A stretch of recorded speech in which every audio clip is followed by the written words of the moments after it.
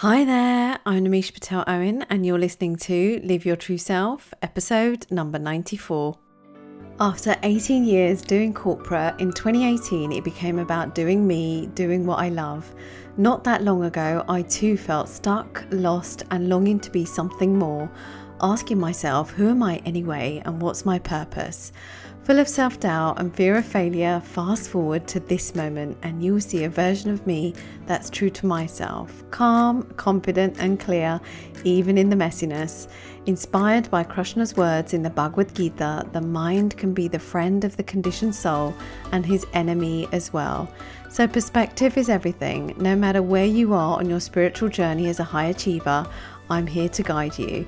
Together we'll step out of your head, the busyness in your mind, and drop into your heart so that you too can awaken your true self and live life more meaningfully in this moment. Take a deep breath and let's connect within.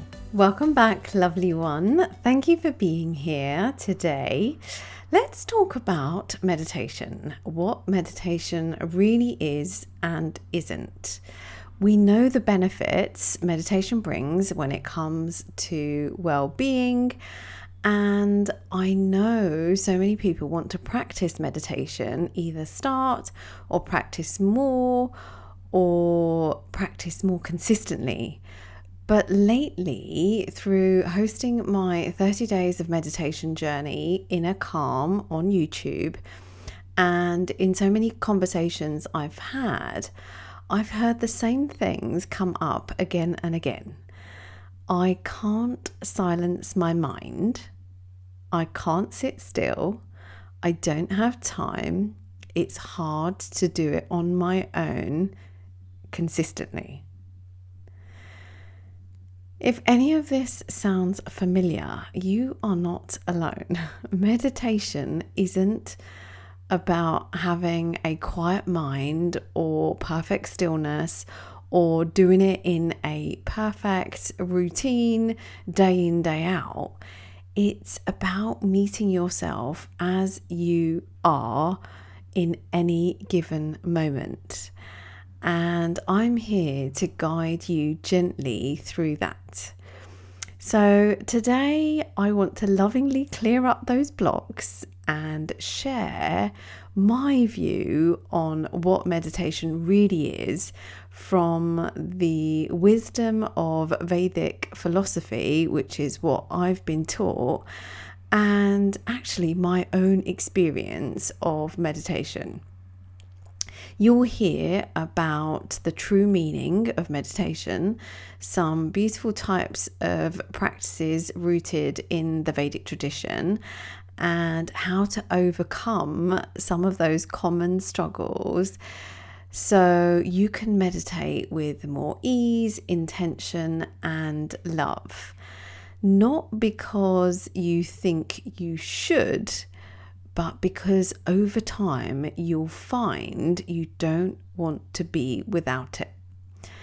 So let me invite you to keep an open heart and open mind and see what resonates for you. Sound good?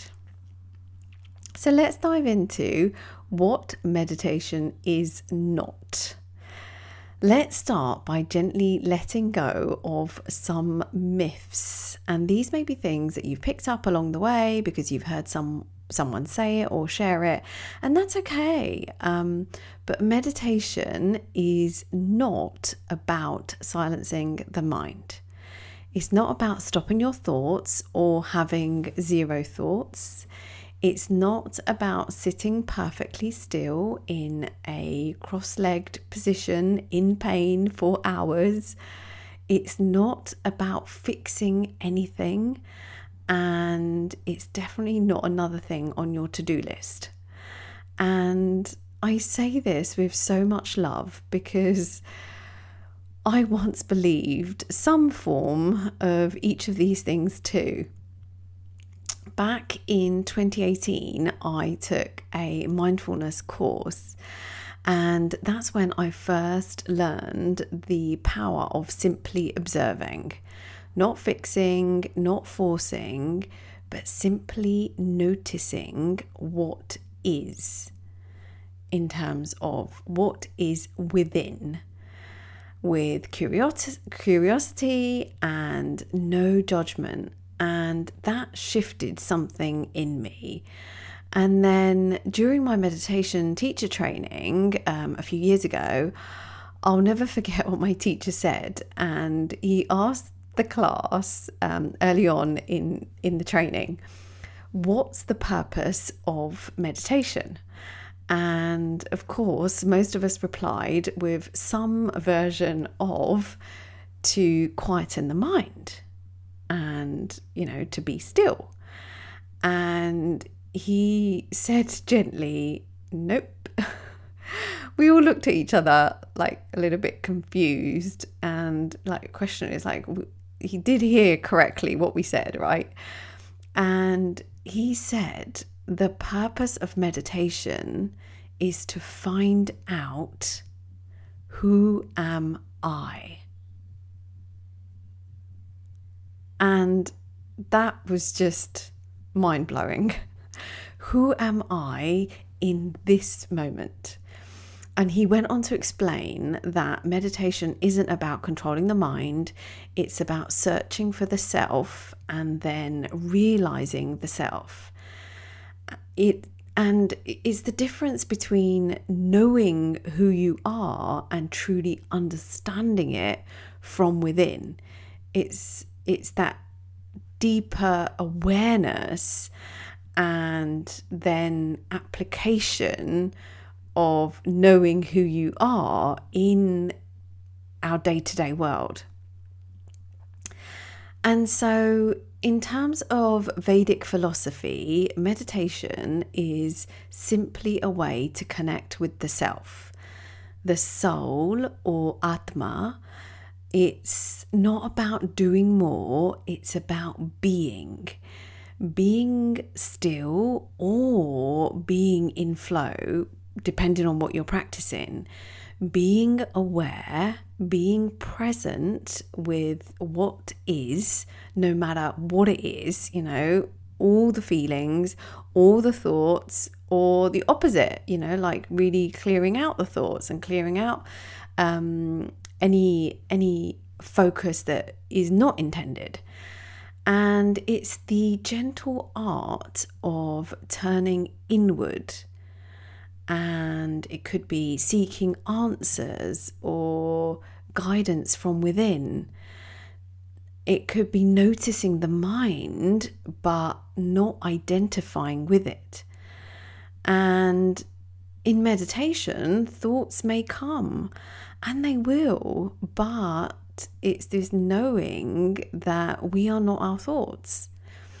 And the real you is the one watching and observing and noticing these thoughts. And the quiet witness behind the noise or behind the busyness in the mind, that's meditation. And it's not something to force, it's something to feel into with love, with curiosity, with awareness, and a willingness and a desire to do so. And so, in a nutshell, meditation isn't about doing or fixing anything or silencing the mind or sitting in complete stillness. It's about remembering who we truly are. And that's why we meditate together here on the Live Your True Self podcast and at Yoga Life with Namisha on YouTube, because my purpose for you, my dear listener, and for every client I serve is to gently guide you back within, back home, to help you reconnect with who you truly are. And meditation, the practice of meditation, is a way to do that. So, with that gently cleared up, let's explore some of the traditional types of meditation rooted in Vedic wisdom. And each one offers a different doorway back to yourself. And it's important to know that with everything we've said, meditation isn't one size fits all. You can choose what resonates most with you, practice one, practice them all, practice yourself, practice in a group, practice guided, practice with music, practice without music, practice indoors, outdoors. Like, there is no prescribed way. Find what feels good for you is what I will always say. And sometimes it might come from the title of the meditation practice or the type of practice, and that may be something that guides you in terms of what you need on a given day. So here are a few foundational types, as I say, of Vedic traditions, something you might like to explore further. Number one is japa, which is mantra meditation, and that's repeating a sacred sound or mantra like Om or a Vedic mantra. Personally, I practice the Hare Krishna mantra and also the Gayatri mantra every day. And you can either practice that silently or out loud, whatever number of times you want to do. Again, the practice that I tend to do is 108 on a japa beads. So you get a chanting beaded necklace with 108 beads, whether that's tulsi beads or some sort of energy beads, and you would essentially chant 108 times whatever mantra that you desire. So that is mantra meditation, japa. Number two is dhyan, which is focused attention meditation. And dhyan or dhyana means deep sustained attention, and it's a state of flow. And in this practice, it might look like focusing on your breath or a candle flame or the space between your thoughts. So it might be through your third eye chakra. And dhyan, it's the seventh limb of the 8-limb path of yoga. So if you're familiar with that, dhyan is the seventh stage of the yogic path, and it's a gateway to full absorption and immersion of real focused attention. Number three is pranayam, which is breath awareness. And this is about working with the breath, and there are many breath work practices, and essentially this helps to still the nervous system or balance the nervous system and prepare the mind for a deeper meditation practice. And you can have preparatory pranayam and then more in-depth and deeper pranayama. And here, even a simple breath practice like alternate nostril breathing, Anulom Vilom, can be deeply meditative. And I shared 2 breathing techniques on the podcast. I think it was episode 89. So feel free to go and have a look at that and tune into that. You probably need about 10-15 minutes, I think it was, and you can practice some of those breath awareness practices. And so that is also a form of meditation, or certainly preparatory breath work for a deeper meditation.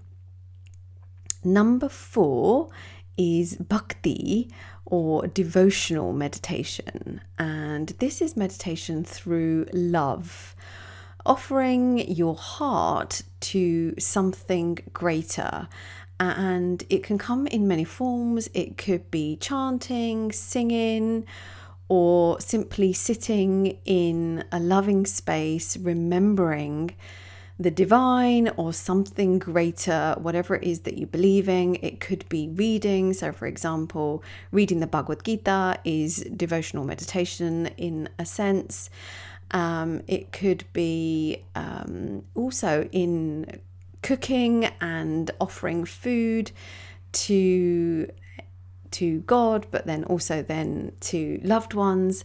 And it's all about, devotional service through bhakti. And it's not about form, but about feeling and the real devotion coming from a place of love in your heart. Number 5 is self-inquiry.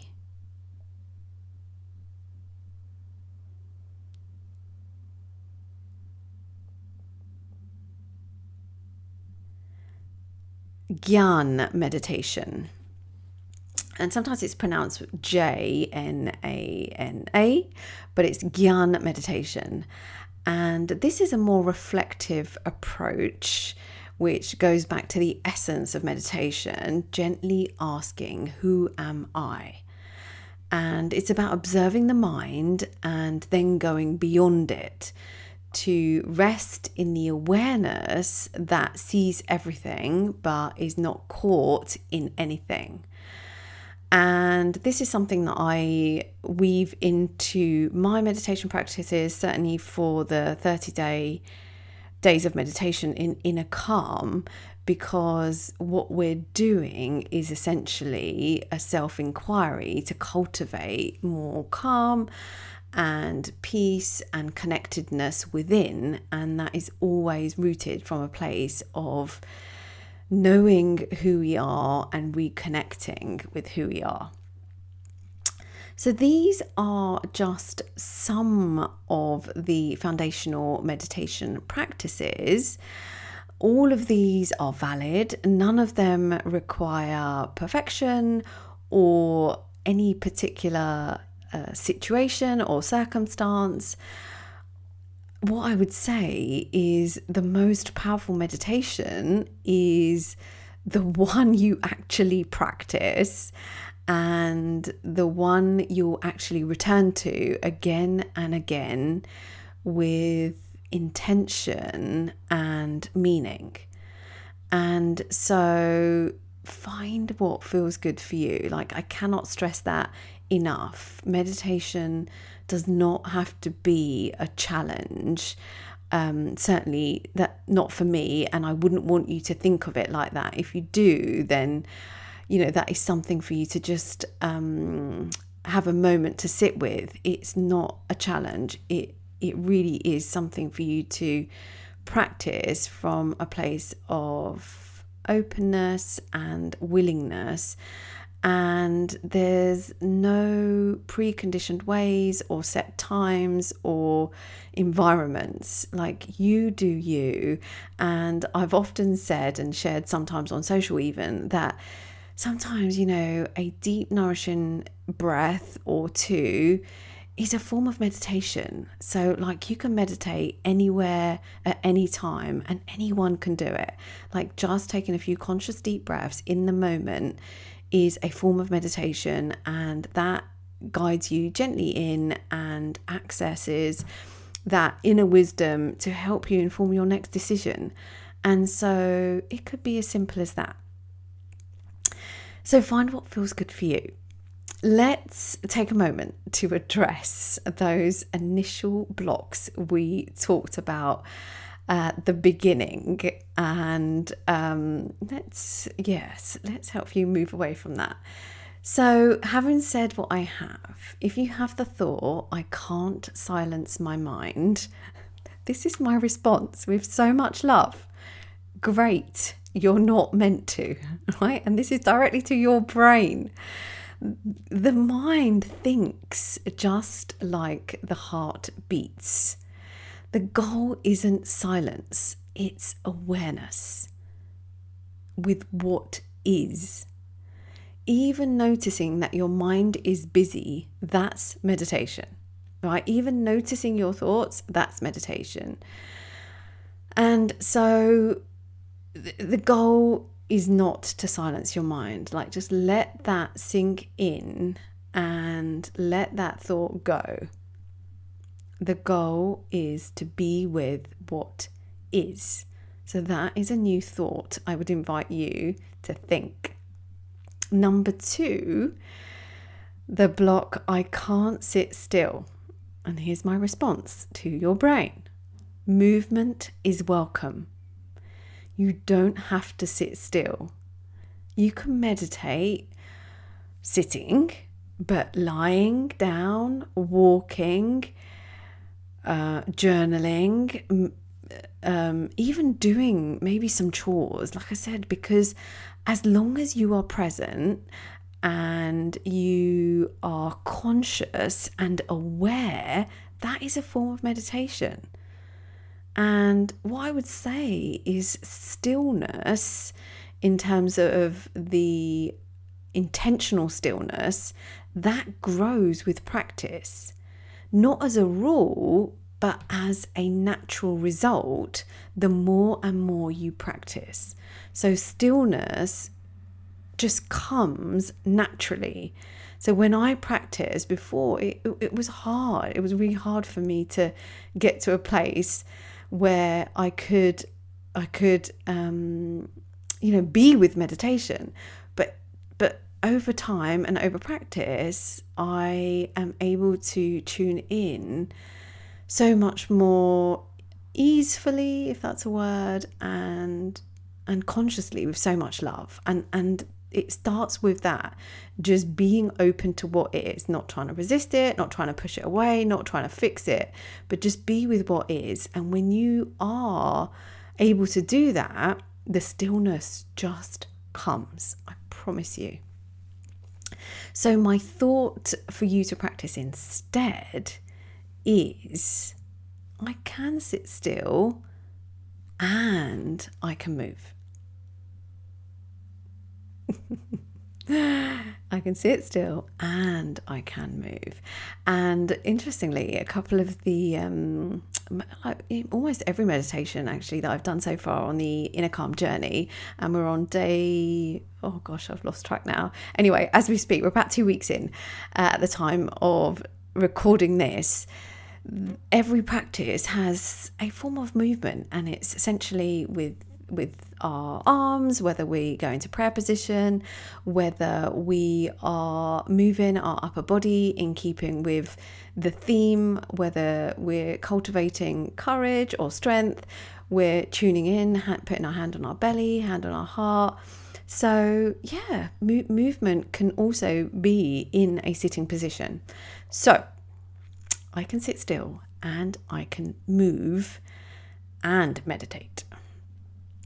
Number 3, I don't have time.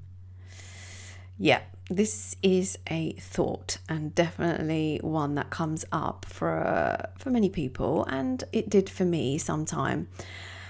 So I understand life is full. There is a lot going on, and it feels quite dynamic, and we're always on the go, and I experience it too. But meditation isn't about carving out 60 minutes or 30 minutes or a pre-prescribed set of minutes of perfection. What I would say is, like, start with a few minutes, start with 3 minutes or 5 minutes. Like, we brush our teeth every day. And if you have an electric toothbrush, that's 2 minutes in the morning, 2 minutes in the evening, right? So think of meditation just like brushing your, insides, brushing your mind, brushing your heart, connecting with your heart rather than brushing. But yeah, so it could be a few minutes just tuning within and just being with yourself, being with what is. And that's why the Inner Calm 30-day journey, I set myself the context of doing every day within 7 minutes. A couple of days we've gone over. I think there's been 8 minutes, but obviously there's a intro and an outro. But yeah, essentially, it's a 7-minute daily practice. And so with so much love, I would invite you to find a few minutes in your day, every day, to connect with who you truly are, lovely one, because you are with you all day and you want to be connected with you. And you can do it also any time of the day, like whatever works for you. For me, I'm a morning person, and I will do my predominant meditation in the morning, including my breath work, but also I do short practice in the evening as well, as I unwind and end my day and drift off to sleep. So find what feels good for you. You can do it in the car, you can do it walking, you can do it in the office if you have to, you can do it at your desk. Let go of the thought, I don't have time. And my invitation to you is to instead think, I make time for myself. And whatever time that is, in whatever way that is, and it will be different on different days, just keep thinking, I make time for myself. And the last one of these blocks, and there are more, but these were the ones that I thought I'd bring on here today, is it's harder to do it on my own and do it consistently. So I've heard this one a few times recently. It's harder to practice meditation on my own and do it consistently. And what I would say is you're not alone in that. And that's why guided meditations exist. And that's why I share them myself, and I practice guided meditations too. So I would invite you to use support and, then build your practice as you go along. So it's like building the muscle, like, training at the gym. Eventually it becomes second nature, and you've always got the option to practice meditation guided by a meditation teacher or a guide. And then as you feel comfortable, you could practice chanting, either again with someone or on your own, or with soft music, or even in silence as you walk. So find what feels good for you, lovely one. It doesn't have to be hard. With so much love, we make it hard. And I'm telling you, I did this myself, and now it's just a different ball game. As I said to you, I wouldn't be without it. It makes me a better human. It makes me more conscious, more aware, more loving, more calm, more grounded. Like, it just makes me a better version of myself, and genuinely I would not be without it. And going back to the brushing your teeth analogy, so forgive me, but when you haven't brushed your teeth and you have that kind of just coating on your teeth, whatever that feels like, and just a little ick in in your mouth, that's what it's like. Like, I don't feel connected, like I don't feel right, I don't feel myself if I don't practice. And more recently, since I've done my yoga teacher training, the breathwork practices have been very, very insightful for me and really deep. And gosh, the centering and the balancing it creates for me in terms of, again, the two practices that I shared in episode 89, the Kapalbhati, which is skull shining breath, and Anulom Vilom, alternate nostril breathing. It really does ground me and balance my brain and my body in a way I haven't experienced before. So yes, I am here for all the meditation, and I am here to guide you and support you with so much love. So if today's episode spoke to you and you're ready to experience the real power of meditation and a different way of practicing, a more connected and gentle and inviting way, I've created a free 30-day journey just for you. It's called Inner Calm, a guided meditation series for beginners or those that have been practicing for a while. It's all available on YouTube to help you build a consistent, nourishing practice one day at a time, 7 minutes each day.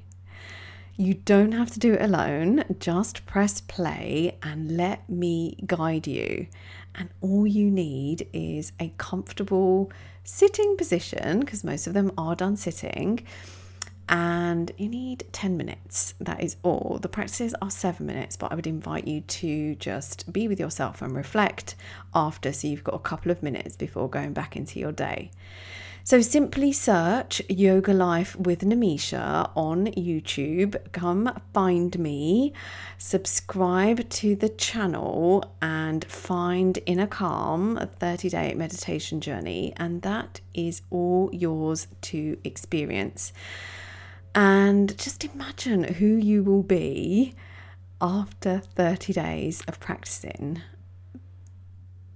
So simply search Yoga Life with Nimisha on YouTube, or I will pop the link in the show notes. So there you have it, lovely one, what meditation really is and isn't from my experience and Vedic traditions. If you have any questions or anything came up for you that you would like to share, you are so welcome to reach out to me. You can email me support@nimishapatelowen.com or reach out to me on the socials and let me know your thoughts. I love to hear how you get on, and this is very much a collective journey that we are taking together, and so let's experience this spiritual growth together. Thank you for tuning into another episode of Live Your True Self. Until next time, keep shining your light and may you always live your true self. Namaste. Thank you for tuning into another episode of Live Your True Self podcast. If you're ready to go deeper into your spiritual growth journey, visit me at www.nimishapatelowen.com to learn more about my work and how I can guide you. And be sure you're signed up for Yoga Life Weekly, your love note to inspire who you're being while you're doing. And also subscribe to Yoga Life with Nimisha over on YouTube for simple, practical meditations and teachings you can live by every day.